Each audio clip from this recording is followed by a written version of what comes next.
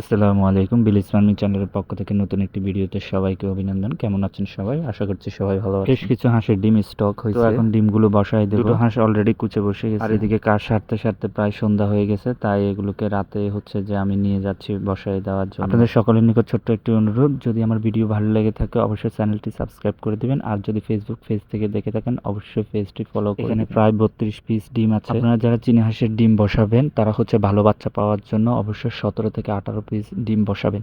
এর অতিরিক্ত ডিম বসাবেন না, তাতে করে হচ্ছে যে বাচ্চার মান ভালো আসবে না। কম পরিমাণে ডিম বসালে হয়তো বাণিজ্যিকভাবে আপনি একটু লসের সম্মুখীন হবেন, বাচ্চার পরিমাণ কম পাবেন। আমি দুটো হাঁসের তলায় মোট 16টা করে 32 পিস ডিম দিয়ে দিলাম, কারণ দেখা গেছে আরো 2-1 পিস ডিম পাড়ার সম্ভাবনা আছে। আপনারা ডিম বসানোর সময় ডিমের মান এবং সাইজ সঠিক আছে কিনা সেটা যাচাই করে ডিম বসাবেন। ডিমের মান যাচাই বলতে একটা বিষয় লক্ষ্য রাখবেন, আর সেটা হচ্ছে যে আপনার ডিমটা যাতে করে অতিরিক্ত দিন সংরক্ষণ করে না রাখেন, অর্থাৎ অতিরিক্ত দিন যদি ডিম সংরক্ষণ করে রাখেন তাহলে সেই ডিম থেকে বাচ্চা ফুটে বের হওয়ার সম্ভাবনা। ডিমের মান সঠিকভাবে যাচাই করলে এতে করে বাচ্চা হ্যাচিং পরিমাণে ভালো পাবে। আমার এখানে বেশ কিছু বাচ্চা দেখতে পাচ্ছেন, যে বাচ্চাগুলো আমি বাণিজ্যিক উদ্দেশ্যে রেখে দিয়েছিলাম। এদের ভিডিও হয়তো সুন্দরভাবে আপনাদের সাথে সামনে শেয়ার করবো ইনশাআল্লাহ। মোটামুটি রাত হয়ে গেছে, এই জন্য হাঁসগুলোকে বেঁধে ফেলা আমার জন্য উচিত, কারণ হচ্ছে যে এরা যদি বাইরে থাকে তাহলে দেখা যাচ্ছে যে এদের গায়ে ঠান্ডা লেগে যেতে পারে।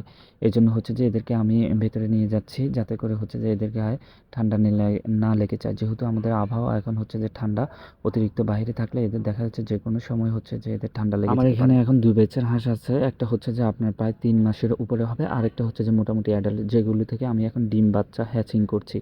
এই 2 ব্যাচের হচ্ছে যে হাঁস।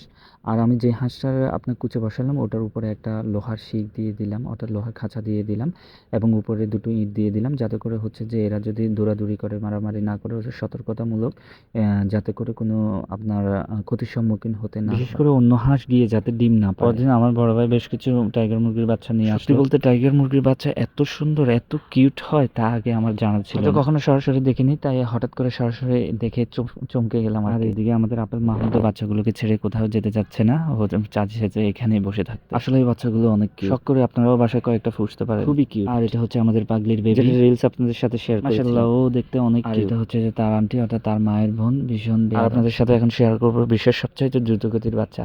একে কেন দ্রুতগতির বাচ্চা বলা হয় সেটা নিয়ে একদিন ভিডিও শেয়ার করবো আপনাদের সাথে। ওকে নিয়ে ইন্টারেস্টিং কিছু ইভেন্ট আছে। এরপর দেখতে পাবেন যে আমাদের পাগলিকে, এই হচ্ছে যে আমাদের পাগলি, কেন ওকে পাগলি ডাকে জানেন? সে খুব অল্প সময়ে ডাকে চলে আসে, অর্থাৎ আপনার 12 থেকে 14 মাস। সাধারণত এত অল্প সময়ে দেশি গরু ডাকে আসে, তাই ওকে পাগলি ডাকে। যেহেতু অধিক ঠান্ডা, তাই রাতে মুরগির বাচ্চাগুলোকে ব্রুডিং এ দিয়ে দিলাম। ওরা ব্রুডিং এ অর্থাৎ খাবার দাবার খেয়ে পরদিন সকালে আমার বড় ভাই যখন গাড়ি নিয়ে বের হয়, তখন দেখা যাচ্ছে যে মারমন থেকে একটা দুর্ঘটনার শিকার হয়। এটা গাছ কাটার সময় ওনার গাড়ির উপরে পড়ে যায়। আমার ভাই এবং 2জন বাচ্চা ছিল। আল্লাহর অশেষ রহমত যে কারো কোনো তেমন একটা ক্ষতি হয়নি। পরবর্তীতে মুরগির বাচ্চাগুলোকে বের করে খাবার খেতে দিলাম, এবং সাথে ছিল বাচ্চাগুলোকে পেয়ে আপেল মহা খুশি। সবাইকে যেন ডেকে ডেকে বলছিল, এই দেখে যাও, দেখে যাও, দেখে যাও, এগুলো কি দেখে যাও, কি সুন্দর, কি চমৎকার। ওর ভীষণ আনন্দ হচ্ছিল আর দোল খাচ্ছিল। মাঝে মাঝে একটু একটু ভয় পাচ্ছিল যে কি কি এগুলো কি, মানে ভীষণ ও খুব সারপ্রাইজড আর কি। ওমা একটু পরে গিয়ে দেখি যে ও ভাগ বসেছে। ও বলতেছিল যে ওকে 2টো বাচ্চা দিয়ে যাও। বলে, বাচ্চাগুলো দিয়ে তোমরা কি করবে? আমাকে 2টো বাচ্চা দিয়ে দাও, আমি ওগুলো ভাজি করে খাই ভাই, আমাকে দিয়ে দাও। কি একটা অবস্থা! আসলে তার অবস্থাটা এমনই, মনে হচ্ছিল যে আমাকে 2টো দিয়ে দাও, আমি হচ্ছে যে নিয়ে নেই আর কি। ও খুবই আনন্দ করছিল আসলে বাচ্চাগুলোকে দেখে। সত্যি করে বলছে যে টাইগার মুরগির বাচ্চা দেখতে এতটা সুন্দর হয়, মানে কি করে আপনি না দেখলে বুঝতেই পারবেন না যে এগুলো এতটা সুন্দর। তো হচ্ছে যে টাইগার মুরগি হচ্ছে যে মানে পালনে লাভবান হওয়ার একটা কৌশল ছাড়া কিন্তু আপনি পারবেন না। টাইগার মুরগি যখন আপনি হচ্ছে যে বাণিজ্যিকভাবে চাষ করবেন, তখন হচ্ছে যে আমার কাছে কেন জানি মনে হয় যে মাংসের চাইতে এগুলো বাচ্চার জন্যই পালন করা উচিত।